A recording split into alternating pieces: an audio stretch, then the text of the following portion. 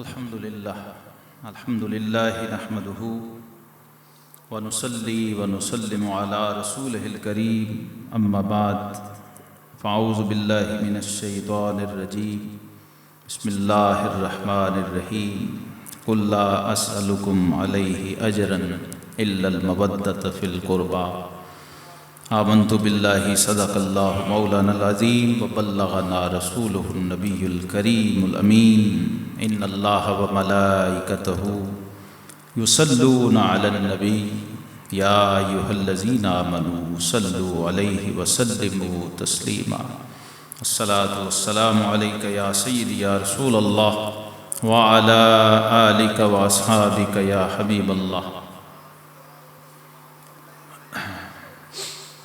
پڑھیے جناب، سیدوں کے گھر بیٹھ کے تو درود بندہ ریکارڈ کروا سکتا، جب درود پڑھے تو سمجھیں کہ درود ریکارڈ ہو رہا ہے سادات کی بارگاہ میں جب بیٹھے۔ الصلاۃ والسلام علیک یا سیدی یا رسول اللہ وعلی آلک واصحابک یا حبیب اللہ۔ الحمد للہ منشی الخلق من عدمی ثم الصلاۃ علی المختار فی القدم مولایا صلی وسلم دائما ابدا علی حبیبک خیر الخلق کلہم۔ گرامی قدر میزبان مکرم احباب ذی وقار، آج کی یہ بابرکت محفل جو سادات کے گھر میں انعقاد پذیر ہے،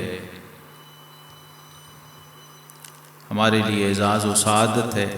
اس بزم میں ہم حاضر ہیں، میں اپنے لیے بھی سعادت سمجھتا ہوں اور حصول برکت کے لیے اور اس ذکر شفا سے فیضیاب ہونے کے لیے یہاں حاضر ہوں۔ رب کائنات اس ذکر کی برکت سے ہماری بیماریوں کو شفا میں تبدیل فرمائے، ہمارے امراض کا علاج بنائے۔ اس ذکر کو سید الشہداء سیدنا امام علی مقام امام حسین رضی اللہ تعالیٰ عنہ اور یہ پورا خانوادہ آقا کریم علیہ الصلاۃ والسلام کا گھرانہ، ان کے بارے میں ایک بہت پیارا جملہ ہے جو ہمارے امام امت کے امام شافعی رحمہ اللہ نے فرمایا تھا، اور میرے خیال میں اہل بیت کی شان میں اس سے بڑی بات نہیں کہی گئی۔ کسی امتی کی طرف سے اہل بیت کے حضور اس سے بڑا نذرانہ پیش نہیں کیا گیا جو خود امام وقت نے پیش کیا اور کوزے میں دریا بند کر دیا۔ امام شافعی رحمہ اللہ فرماتے ہیں کہ اہل بیت، ہم تمہاری شان میں اس سے بڑی کوئی بات نہیں کہہ سکتے کہ جب تک نماز میں تم پر درود نہ بھیج لیں ہماری نماز نہیں ہوتی۔ جو امت اپنے آقا و مولا علیہ الصلوۃ والسلام کے گھر والوں پر نماز میں درود بھیجتی ہو، وہ نماز سے باہر اہل بیت سے کیسے بے وفائی کر سکتی ہے؟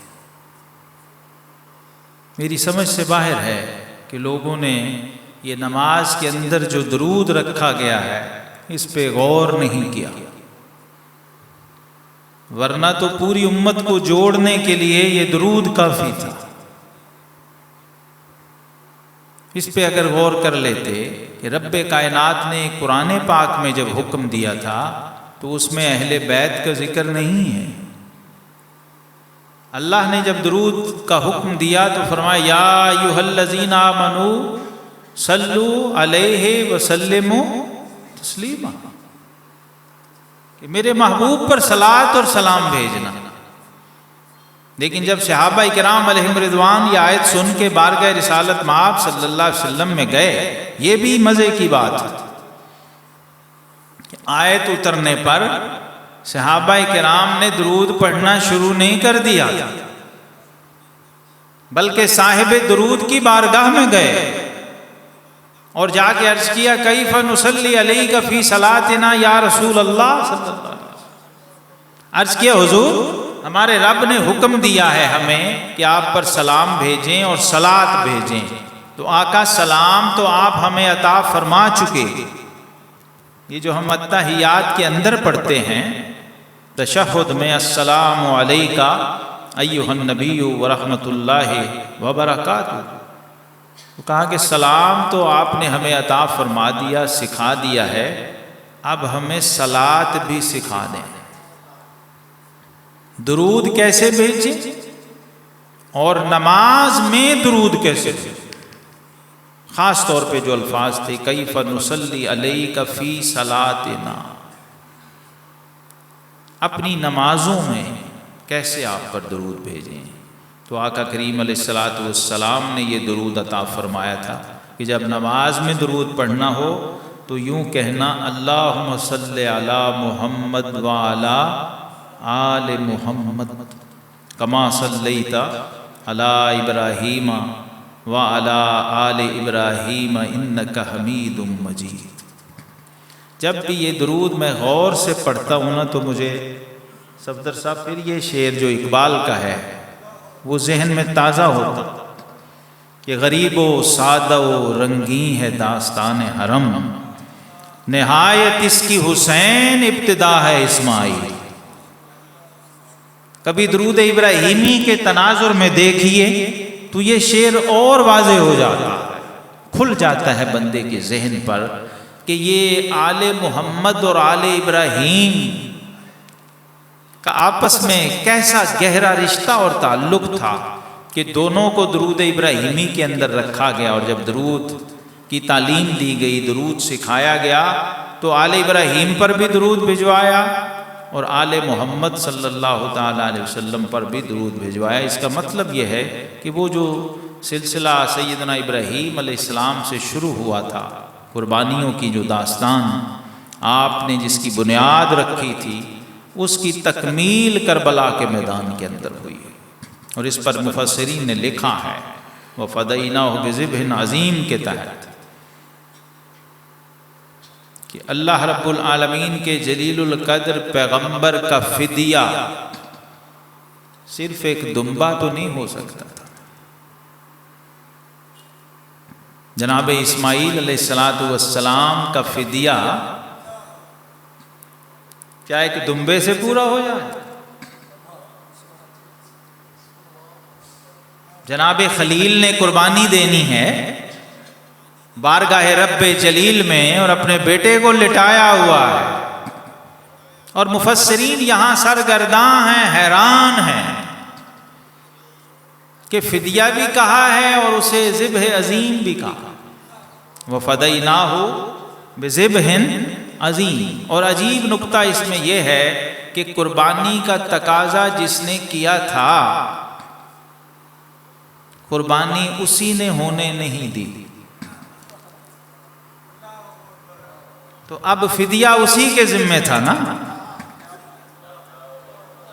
قد صدقت الرؤیا یا ابراہیم، سند بھی دے دی کہ ابراہیم تم نے تو کر دکھایا جو کرنے کا حق تھا، تم نے کسر کوئی نہیں چھوڑی، پٹی بھی باندھی وَتَلَّهُ لِلْجَبِينِ، اور پیشانی کے بل بھی لٹایا بیٹے کو، اور بیٹے نے بھی فرما برداری کی، انتہا فرمائی۔ ابا جان جو رب نے کہا ہے وہ آپ کر گزریے، سَتَجِدُنِي انشاءاللہ مِنَ الصَّابِرِينَ، آپ مجھے ثابت قدم پائیں گے۔ ادھر سے بھی کوئی کسر نہیں رہی، باپ کی طرف سے بھی پٹی بھی باندھی، چھری بھی چلائی، اور رب کائنات نے سند بھی دی کہ اے خلیل جو حق تھا وہ تم نے ادا کر دیا، لیکن جب پٹی کھولی تو دمبا ذبح ہوا پڑا ہے اور بیٹا صحیح سالم ہے۔ تو عجیب بات یہ ہے حضرات گرامی کہ جناب ابراہیم خلیل علیہ السلام اس وقت بتقاضۂ بشری خوش نہیں ہوئے تھے، ورنہ یہ عین فطرت ہے، عین فطرت ہے کہ بھئی بیٹا بھی بچ گیا، اور یہ وہ بیٹا ہے جو 86 سال کی عمر میں عطا ہوا تھا، 86 سال کی عمر میں جو بیٹا عطا ہوا ہو، اور بیٹا بھی اسماعیل جیسا غلام حلیم، جسے رب کائنات خود جس نے دیا ہے بیٹا، وہ اس کی صفت اور ثنا بیان کر رہا ہو، وہ بیٹا ہے، لیکن بجائے مطمئن ہونے کے یا اندر ہی اندر چلو ایک اطمینان یا خوشی کا یا ایک فرحت کی کیفیت ہی ہو جائے، بشر ہے، انسان ہے، کہ چلو بھائی رب بھی خوش ہو گیا ہے، جو اس نے تقاضا کیا تھا وہ ہم نے پورا بھی کر دیا، قربانی بھی دے دی، فدیہ بھی آ گیا، بیٹا بھی۔ یہ عین فطرت تھی، لیکن عجیب و غریب بات یہ ہے کہ جناب خلیل علیہ السلام مغموم اور رنجیدہ ہو گئے اور ایک طرف چلے گئے، جیسے بندہ ایک رنج کے عالم میں تنہائی میں دوسری طرف منہ کر کے کھڑا ہو جاتا ہے، یہ آپ پہ اس وقت کیفیت طاری ہوئی۔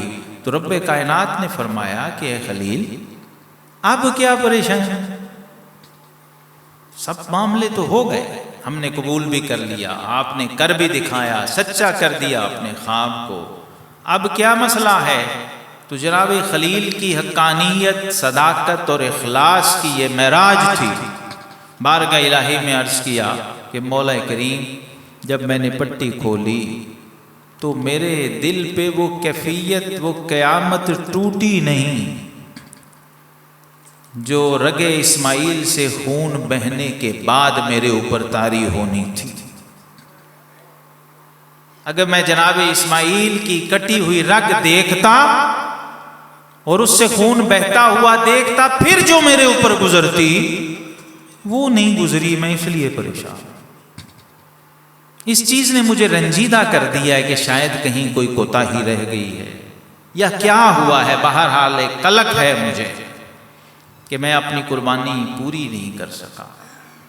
تو رب کائنات نے فرمایا اے خلیل یہ بتاؤ کہ تمہیں ہماری اس کائنات میں سب سے عزیز اور محبوب کون ہے؟ تو عرض کیا مولا کریم وہی جس کے لیے میں دعائیں مانگا کرتا ہوں، بیت اللہ کی دیواریں اٹھاتے ہوئے بھی جس کے لیے دعائیں مانگی ہیں، ربنا وابعث فیہم رسولا، وہی محمد عربی صلی اللہ علیہ وسلم جن کے لیے تو نے یہ کائنات بنائی ہے، سب سے بڑھ کے محبوب تو وہی ہے۔ تو فرمایا اے خلیل یہ بتاؤ، یہ تو تمہارا لخت جگر ہے، اگر اس کا لخت جگر ہو اور یہ تو تمہارے پاس ہے، وہ اس سے دور ہو، لک و دک صحرا میں ہو، پیاسا ہو اور کئی دن پیاسا اور بھوکا رہنے کے بعد اگر اس کو بے یار و مددگار، بے آب و گیا میدان کے اندر اس کی شاہ رگ کٹ جائے اور اس سے خون بہے تو پھر تم پہ کیا گزرے؟ تو جناب خلیل علیہ السلام نے یہ سن کے ایک چیخ ماری، تاب نہ رہی سننے کی، آہ نکلی اور بے ہوشی کی کیفیت اور استغراق طاری، گر گئے۔ اور پھر جب حالت بحال ہوئی تو رب کائنات کی طرف سے ارشاد ہوا کہ خلیل اگر آج اسماعیل کی شاہ رگ کٹ بھی جاتی اور تم اسے آنکھوں سے دیکھ بھی لیتے تو پھر بھی تمہیں وہ مقام نہ ملتا جو آج اس آہ سے ملا ہے، جو میرے محبوب کے لخت جگر کی شاہ رگ کٹنے کا سن کے جو حال تم پہ گزرا، کیونکہ جو محبت اور وابستگی تمہیں وہاں ہے وہ اور کہیں نہیں، اور وہ ہم نے دیکھ لی ہے۔ یہاں سے آپ کو جناب ابراہیم علیہ السلام کو مقام خلت عطا ہوا، اور یہ مقام خلت وہ ہے جو نبوت کی تاریخ میں کسی اور کو نصیب نہیں ہوا۔ جناب ابراہیم علیہ السلام کا یہی امتیاز ہے جس نے انہیں تمام انبیاء اور رسول سے ممتاز کیا۔ تمام نبیوں رسولوں میں سب سے افضل ہستی ہیں حضور علیہ الصلوۃ والسلام کے بعد، یعنی اس سے اوپر ایک ہی درجہ تھا بس خلیل کے بعد، اور وہ مقام حبیب تھا، وہ مقام مصطفی تھا جو مخصوص تھا رسول اللہ صلی اللہ تعالی علیہ وسلم کی ذات گرامی کے لیے۔ تو یہ وہ داستان ہے جس کی تکمیل میدان کربلا میں ہوئی، اور وہی خون جو پہلے رگ اسماعیل سے بہنا تھا وہ پھر رگ حسین سے بہا ہے، اور پھر اس میں جو دیکھتا ہوں کہ ایک حسین نہیں تھا، 72 حسین تھے، جس نے ملٹی پلائی کر دیا اس کو۔ قُلْ إِنَّ صَلَاتِي وَنُسُكِي وَمَحْيَايَ وَمَمَاتِي لِلَّهِ رَبِّ الْعَالَمِينَ کی جو عملی تفسیر امام حسین نے رقم فرمائی ہے، اب ابد الاباد تک اس کی کوئی مثال نہیں ہے، کیونکہ ہر وہ شخص جو امام حسین کے ساتھ تھا، آپ یقین کیجئے وہ حسین بن چکا تھا۔ میں زیادہ تفصیل میں جانا نہیں چاہتا، صرف ایک اشارہ عرض کر دیتا ہوں کہ ایک نان بائی اگر اس امت کے ایک ولی کے مہمانوں کو روٹیاں پکا کے بھیج دے تو وہ باقی باللہ اپنی ایک خاص کیفیت حضوری میں اسے یوں دیکھ لے تو وہ شخص باقی باللہ بن جاتا ہے۔ وہ جو رات کو تندور پہ روٹیاں لگا رہا تھا، تو جنہوں نے کئی دن اور کئی راتیں امام حسین کے دائرہ ولایت میں فنائیت میں گزارے ہو، کیا وہ لوگ خالی رہ گئے ہوں گے؟ باقی باللہ ایک نظر میں نان بائی کو باقی باللہ بنا سکتا ہے، تو جس کے لیے زبان رسالت کہے حسین منی وانا من الحسین، جب انہوں نے دیکھا ہوگا دوبارہ پلٹ کے، پہلے بھی دیکھ رہے تھے لیکن جب چراغ بجھانے کے بعد دوبارہ چراغ جلا تھا کہ اب جو جانا چاہے چلا جائے، اور پھر ان میں سے کوئی نہیں گیا۔ اس وقت جب نگاہ حسین دوبارہ اپنے ساتھیوں پہ پڑی تھی، اب وہ سارے فنا فی الحسین ہو چکے تھے۔ من تو شدم تو من شدی، من تن شدم تو جان شدی، تا کس نگویت بعد ازیں من دیگرم تو دیگر۔ یہ تو امت کے اولیاء کو کمال حاصل ہے، اور جن کی گرد راہ سے ولایت پھوٹتی ہو، جس گھر سے ولایت کی خیرات بٹتی ہو، غوثیت اور قطبیت جس چوکٹ پہ ہاتھ باندھ کے کھڑی ہو، جب ان کی نگاہ اس کیفیت میں اٹھتی ہوگی تو کیا حال ہوتا ہوگا۔ آپ بالکل حقائق کی دنیا میں بھی آ جائیں تو یقین کیجئے کہ ان لوگوں نے جو داستان رقم کی ہے، وفا کی، صبر کی، ایثار کی، اور میں سمجھتا ہوں انہوں نے شہادت کو بھی عزت دی ہے۔ باقی سب کو شہادت سے عزت ملتی، انہوں نے شہادت کا مرتبہ بڑھا دیا۔ یہ جو کربلا والے ہیں یہ اس طرح ممتاز ہیں کہ ان کا روحانی مقام تو آج تک کسی مقرر یا خطیب نے چھیڑا ہی نہیں ہوگا، کیونکہ ہر ایک کو اپنی اپنی اوقات پتہ ہوتی ہے کہ میں اس طرف جا ہی نہیں سکتا، یہ میرے بس کی بات نہیں ہے۔ حضرت ویسے کرنی ہوں خطیب اور مقرر تو وہ آپ کو بتائیں کہ ان 72 کا روحانی مقام کیا ہے۔ بظاہر تو یہ 72 شہید ہو گئے، لیکن یقین کیجئے شہید تو اور بھی ہوتے ہیں۔ میں بڑے سال یہ سوچتا رہا کہ یہ بھی شہید، وہ بھی شہید، بس ختم۔ تسلیم صاحب، یہ ایک سوالیہ نشان میرے دل و دماغ میں بڑے سال رہا، کیونکہ اطمینان نہیں ہوتا تھا۔ امت میں تو لاکھوں شہید ہیں، لیکن یہ جو شہادت حسینی ہے یہ کس طرح اس کو ہم متمیز کریں گے، یہ کیسے ممتاز ہوگی، کیسے فرق قائم ہوگا؟ تو پھر سمجھ آئی اور جواب عطا ہوا کہ باقیوں کو شہادت نے عزت دی، انہوں نے شہادت کو عزت دی۔ باقیوں کے مرتبے شہادت نے بڑھائے، انہوں نے شہید ہو کے شہادت کو مرتبہ عطا فرمایا اور شہادت کو اعتبار بخشا۔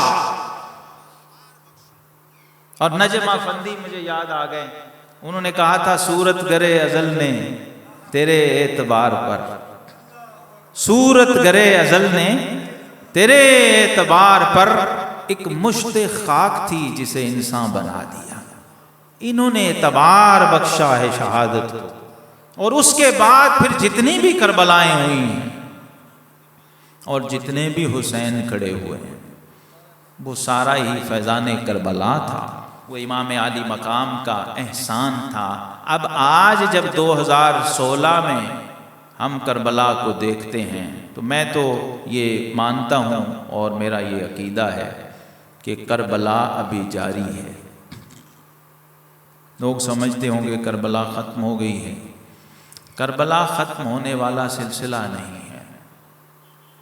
علامہ اقبال نے کہا تھا کہ آپ نے جو امام حسین نے جو کمال کیا ہے، وہ کہتے ہیں کہ تا قیامت قطع استبداد کرت، موج خونے او چمن ایجاد کرت۔ ان کے خون نے ایک ایسی جاگ لگائی ہے کہ امت کے اندر جب بھی کوئی کلمہ حق کہنے والا کسی یزید کے سامنے کھڑا ہوا ہے تو اس کے پیچھے امام حسین کا فیض تھا۔ اور میں جو کربلا سے میں نے سبق سیکھا ہے اس کا بالکل لب لباب ایک لائن میں یہ ہے کہ امام حسین نے شہید ہو کے اور شہادت کو عزت بخش کے اپنی نانا کی امت پر اتمام حجت کیا۔ مدینہ سے نکلنا اور کائنات کی سب سے بڑی گدی کو چھوڑنا یہ چھوٹی سی بات نہیں ہے۔ کوئی مسئلہ نہیں تھا امام حسین کو، کوئی پریشانی، سارا حجاز ہاتھ باندھ کے کھڑا تھا۔ یہاں 2-4 ہزار مرید ہوں کسی کے دادا پردادا نانا کے تو وہ سنبھال لیتے ہیں گدی نشین کو، تسلیم صاحب۔ ہاں، تو جہاں کائنات کلمہ پڑھتی ہو جس کے نانا کا، صرف مرید نہیں، کیا اس نواسے کو اور اس خاندان کو وہ سنبھال نہیں سکتے؟ اور ایسی آفرز ہوئیں، لوگ آئے، بڑے بڑے جلیل القدر لوگ آئے، عام لوگ نہیں، جو اتھارٹیز تھے، لیکن امام عالی مقام امام حسین آگے دیکھ رہے تھے۔ سرداد نداد دست در دست یزید، حقا کے بنائے لا الہ ہست حسین۔ وہ جو فراست حسینی دیکھ رہی تھی وہ کوئی اور نہیں دیکھ رہا، اور اس کا خلاصہ یہ ہے کہ امام حسین جانتے تھے کہ عبداللہ بن عمر نہ نکلا تو کوئی نہیں پوچھے گا، عبداللہ بن زبیر نہ نکلا کوئی نہیں پوچھے گا، عبد الرحمن بن ابی بکر نہ نکلے تو کوئی نہیں پوچھے گا، لیکن اگر امام الانبیاء کی پشت اور شانوں پر کھیلنے والا حسین نہ نکلا تو پھر قیامت تک امت کے لیے جواز بن جائے گا، ہر بڑے مسند والے کے لیے، ہر منبر و محراب اور بڑی دستار والے کے لیے سند ہو جائے گی کہ چلو بھائی کیا ہوا، آج ہم نہیں نکلے تو کل حسین بھی تو بیٹھے رہے تھے نا۔ لوگ اس کو سند جواز سمجھ لیں گے، اس لیے امام عالی مقام امام حسین رضی اللہ تعالی عنہ نکلے، اور کس شان سے نکلے ہیں۔ علامہ نے کیا خوبصورت خراج عقیدت پیش کیا ہے، کہتے ہیں اللہ اللہ بائے بسم اللہ پدر، جس کا باپ بسم اللہ کی با ہو وہ گھر بیٹھا رہے گا۔ اللہ اللہ بائے بسم اللہ پدر، مانئے ذبح عظیم آمد پسر۔ باپ بسم اللہ کی با ہے، سیدنا علی المرتضی شیر خدا رضی اللہ تعالیٰ عنہ۔ آپ فرماتے ہیں سارا قرآن سورہ فاتحہ میں ہے، ساری فاتحہ بسم اللہ میں ہے، اور ساری بسم اللہ کی با میں ہے، اور جو کچھ با میں ہے وہ با کے نقطے میں ہے، اور فرماتے ہیں وہ نقطہ میں ہوں۔ انا مدینۃ العلم وعلی بابہ، جس کا باپ یہ ہو تو پھر بیٹا معنی ذبح عظیم ہی ہوگا نا، تفسیر ذبح عظیم ہوگا۔ تو یہ ایک تکمیل بھی ہونا تھی اس سلسلے کی، اور امام عالی مقام کی طرف سے قیامت تک قطع استبداد بھی ہونا تھا اور حجت کا اتمام بھی ہونا تھا، جو آپ نے ایسے کر کے دکھایا ہے کہ اب مجھے سب سے مشکل نعرہ یا حسین لگتا۔ جو ہم بڑی آسانی سے لگا دیں. سب سے مشکل نعرہ یہ ہے، اس لیے کہ امام عالی مقام امام حسین رضی اللہ تعالیٰ عنہ نے کربلا کو ختم ہونے نہیں دیا، بلکہ کربلا کو ایک میزان بنا دیا ہے قیامت تک کے لیے. اور قرآن پاک میں ایک پوری لسٹ ہے کربلاؤں کی. سورہ البقرہ کے اندر پوری لسٹ ہے، وَلَنَبْلُوَنَّكُمْ بِشَيْءٍ مِّنَ الْخَوْفِ وَالْجُوعِ وَنَقْصٍ مِّنَ الْأَمْوَالِ وَالْأَنفُسِ وَالثَّمَرَاتِ. یہ پوری ایک لسٹ دے دی ہے رب کائنات، یہ ساری کربلائیں ہیں. اور امام عالی مقام بیک وقت ان سب میں سے گزرے ہیں. اور اب آپ نے جو اپنا اسوہ ہمارے لیے چھوڑا ہے وہ سمجھنے کی بات ہے کہ جو بھی میرے نانا کا کلمہ پڑھنے والا اور ہمارا ماننے والا ہے اس کو زندگی میں کہیں نہ کہیں کربلا پیش آئے گی. بس جو اس وقت ڈٹا رہا اور اس وقت اپنے وقت کے یزید سے کمپرومائز نہ کیا وہ حقیقت میں حسینی ہوگا. جس نے سچ اور جھوٹ کے فرق کو سمجھ لیا، جس نے یزید اور حسین کے فرق کو سمجھ لیا، حلال اور حرام کے فرق کو، جائز اور ناجائز کے فرق کو سمجھ کے پھر اس پہ ڈٹ گیا، اس پہ کمپرومائز نہیں کیا، وہ حسین ہے. اس لیے علامہ نے اس کو حرف آخر کے طور پہ کہا، موسیٰ و فرعون و شبیر و یزید این دقوت از حیات آیت بدی. موسیٰ کے سامنے فرعون ہے تو ادھر حسین کے سامنے یزید ہے. اب یہ کسوٹیاں ہیں قیامت تک پرکھنے کے لیے، حق و باطل کی تمیز اور پہچان کرنے کے لیے. باقی ہم سب باتیں کر لیتے ہیں، لیکن جو حاصل ہے کربلا کا، جو وہاں سے اخذ ہوتا ہے اور جو ہمارا حصہ ہے وہ لینا چاہیے. اور پھر سمجھ آتی ہے حسینیت کیا ہوتی.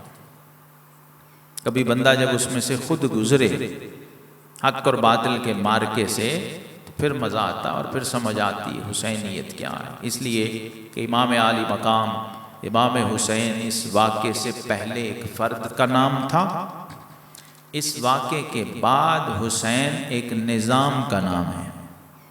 یعنی حسین اب حسینیت میں بدل چکا. آپ نے کربلا کو اور حسینیت کو ایک نظام کی شکل دے دی اور وضع کیا. اس لیے جو اہل نظر تھے جتنا اس پہ غور کرتے گئے ڈوبتے گئے، اور اس میں سے پھر ایسے ایسے انہوں نے مضامین اور معانی نکالے ہیں کہ جس نقطے پہ بھی جائیں عقل دنگ رہ جاتی ہے اور حیران رہ جاتی ہے کہ یہ بشر کا کام نہیں ہے، انسان کا کام نہیں ہے. اور تاریخ نبوت کو جب آپ دیکھیں تو وہاں آپ کو ایسی مثالیں ملتی ہیں. اور یہاں پر نبی نہیں ہیں، نبی زادے ہیں، انبیاء کرام علیہ السلام کی اولاد ہیں اور ان کے وارث ہیں اور اہل بیت نبوت میں سے ہیں. لیکن وہ جو معاملہ انبیاء کرام سے شروع ہو رہا تھا، قربانی ایثار کی جو داستان، اس کو پائے تکمیل تک پہنچا رہے ہیں. اس کا مطلب یہ ہے کیونکہ نبوت ختم ہو چکی تھی، ورنہ اس امت میں اللہ نے ایسے ایسے با کمال لوگ پیدا کیے ہیں، اہل بیت میں بھی اور صحابہ کرام میں بھی، کہ اگر یہ پہلی امتوں میں ہوتے تو کم از کم نبی ہوتے. لیکن چونکہ تاج ختم نبوت سج چکا تھا خاتم النبیین صلی اللہ علیہ وسلم کے سر اقدس پر، اس لیے اب حسین تو ہیں، عمر ہیں، صدیق ہیں، علی ہیں، نبی نہیں. نبوت کا منصب نہیں ہے، لیکن رب کائنات نے ان کو ظرف وہ عطا فرمائے جو نبیوں کو عطا ہوا کرتے تھے، اور انہوں نے وہ کارنامے، وہ کمالات کر کے دکھائے. آقا کریم علیہ السلام کی یہ تربیت کا فیض تھا. حضور علیہ السلام نے، یہ بھی میں دہرایا کرتا ہوں اکثر، شفقت جو فرمائی ہے وہ تو دنیا جانتی. جو لاڈ لڈائیں ہیں، اگر یہ کہا کہ یہ جنت کے جوانوں کے سردار ہیں تو ان کو جنت میں کھلایا بھی. کبھی غور کریں آپ کہ حسنین کریمین کھیلنے کے لیے جب گھر سے نکلتے تھے تو کہاں جاتے تھے؟ ریاض الجنہ میں. اور آقا علیہ السلام نے فرمایا ما بین بیتی و منبری روضۃ من ریاض الجنہ، اے جنت کے جوانوں کے سردارو، تمہارے کھیلنے کے لیے باغیچہ بھی جنت سے آیا ہے، یہاں کھیلو. وہاں پروان چڑھے ہیں، وہاں جوان ہوئے ہیں. آقا علیہ السلام نے اپنے شانوں پہ کھلایا ہے، پشت پہ حسین چڑھ گئیں تو سجدے لمبے کیے ہیں. بعض روایتوں کے مطابق 70 بار سبحان ربی الاعلیٰ پڑھا ہے. اور یہ باجماعت نمازوں میں ہوتا تھا. صحابہ اکرام علیہم رضوان بھی دیکھ رہے ہوتے تھے اور ساتھ ہوتے تھے. عجیب و غریب شفقت. لیکن آخری بات میں اپنی گفتگو میں جو عرض کرنا چاہتا ہوں، وہ جو اقبال نے کہا نا، طائر لاہوتی اس رزق سے موت اچھی جس رزق سے آتی ہو پرواز میں کوتاہی. آقا علیہ الصلوۃ والسلام نے تربیت میں بھی کوئی کمی نہیں چھوڑی. شفقت بھی انتہا کی اور تربیت بھی ایسی کہ کوئی کیا کرے گا. ایسے پیارے نواسے جن کے رونے کی آواز آقا علیہ السلام کو بے چین کر دیتی تھی، بےتاب ہو جاتے تھے. لیکن جب دیکھا کہ کھجوریں پڑی ہیں، بیت المال کی کھجوروں کا ڈھیر ہے. حسنین کریمین کھیلا کرتے تھے اسی صحن میں، مسجد نبوی شریف کے صحن میں. تو کھیلتے ہوئے امام عالی مقام کھجوروں کے اس ڈھیر کے پاس جاتے ہیں اور ایک کھجور اٹھا کے منہ میں رکھ لیتے اور نگاہ نبوت دیکھ رہی ہے. آقا علیہ السلام نے فوراً پکڑا، اپنی جھولی میں لٹایا، اور وہ جو چبائی ہوئی کھجور تھی امام حسین کے حلق میں جا چکی تھی. آقا علیہ السلام نے انگشت مبارک سے اسے باہر نکالا اور نکال کے فرمایا، حسین ھذا اوساخ الناس، یہ لوگوں کا میل ہے، یہ تمہارے حلق سے نیچے نہیں اترنا چاہیے. ایسی تربیت اور ایسی حفاظت فرمائی ہے کہ اگر ان رگوں میں یہ اتر گیا، یہ میل اتر گیا، تو پھر کل کربلا میں کلمہ حق کون کہے گا؟ کون ان مراحل سے گزرے گا؟ اور کون بنا لا الہ بنے گا؟ ایسی تربیت فرمائی ہے باوجود کمال فقر کے. جس گھر میں حسنین کریمین پلے بڑے ہیں، کبھی وہاں کے اندرونی حالات بھی آپ پڑھیں. جو بچپن تھا ان کا جب گزرا، کس حال میں گزرا ہے. وہ فاتح خیبر باپ ہیں اور یہودی کے باغ میں مزدوری کر رہے ہیں. سارا دن 17 ڈول نکال کے 17 کھجوریں، فی ڈول ایک کھجور. اور کمال ایسا ہے کہ تیری خاک میں ہے اگر شرر، تو خیال فقر و غنا نہ کر، کہ جہاں میں نان شعیر پر ہے مدار قوت حیدری. بس جب یہ 2 ہاتھ کھجوروں کے بھر جاتے تھے نا، 2 مٹھیاں، تو پھر شیر خدا ڈول پھینک دیتے. تو وہ یہودی کہتا حضرت کام کریں اور ابھی تو تھوڑی دیر ہی ہوئی ہے. تو فرماتے آج کے لیے یہ کافی ہیں.